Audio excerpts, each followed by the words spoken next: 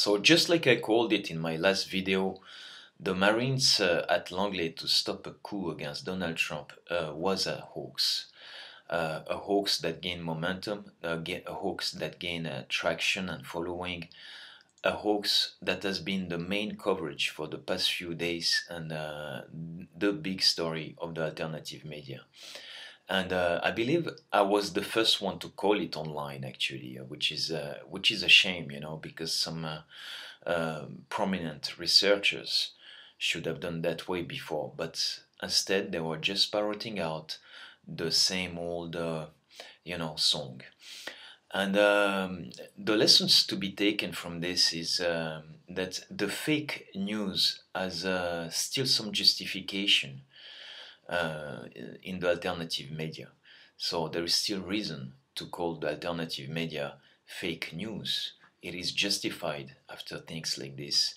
And it makes us all appear like clowns.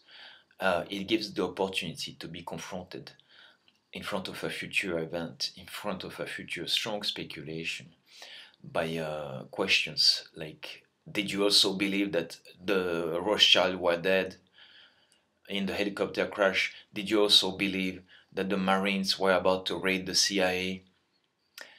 And so it's really a pity, because if these people are to put themselves in positions of reporting some news, of covering them, they should be holding their standards higher than they seem to do.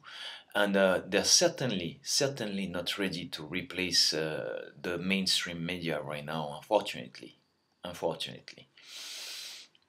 And I don't blame, I got a lot of hostility from people for calling it a hoax, because I was doing it from, I guess, breaking the wishful thinking news they were into, I don't know. And I guess like I should have presented some graphs, some pictures, showed the extent of our research. And those are very deceitful, because with this type of editing and mind trickery, you can make all types of conclusions, like the Mandela effect, flat earth, or whatever. So it's not because somebody is going to show graphs or edited screens that it is more of a reality. Sometimes we need to use our own intelligence, which is you go to the basic source and you realize that it's coming from a little questionable character, a scamster, somebody who's been conducting hoaxes before, like the China default debt. And mainly, you see that there is not enough evidence to make that type of claim. That the claim is not backed up by sources. So, as somebody who's going to call it a hoax, I or you do not need sources,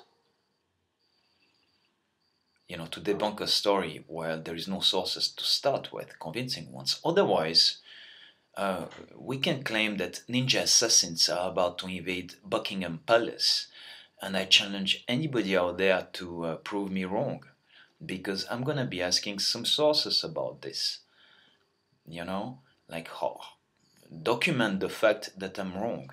It's gonna be very difficult. It's gonna be very difficult to document the fact that ninja assassins are not about to overtake Buckingham Palace, except to use your own intelligence. But even if that story were to run, coming from people like Benjamin Fulford, there will always be somebody to believe it, and that is the sad part, because the mechanic of how it works is that sometimes we don't have time for this, or we do not have the mind for this, so we trust some talking head, on YouTube, or a writer, to do that work for us for whatever reason. Maybe we like him, maybe he's done a good story in the past, but we trust that person to do the story for us. And they're putting themselves in the position to be trusted for that report. So it's basically some outsourcing, an outsourcing of information, of breaking down. And we trust those people for this. Just like we trust our doctors for the questions of health. We cannot all be doctors, lawyers, and reporters all at the same time. We gotta specialize because there is only so much time and there is only so many skills. And if you go to your doctor and is wrong in his, you're gonna trust him for your health, right? And at the end, you realize he's wrong about your diagnostic, is off. Maybe it's time to change of a doctor. So some people cannot be trusted, and especially the one that so frivolously reported that story, as well as the Rothschild one, as well as if you go browse into their video history, you will see that most of them reported the FBI raiding the CDC as true as well, which was a hoax, which was a fake story that I also called at the time. And I offered money for a real link. The money is still unclaimed. So there you go. I hope to receive an apology from the people that gave me all this hate all this time from the last video, and I believe that I deserve it. Guys, take care, and on to the next news, right? I guess, because it seems like people want their emotions to be entertained more than the truth.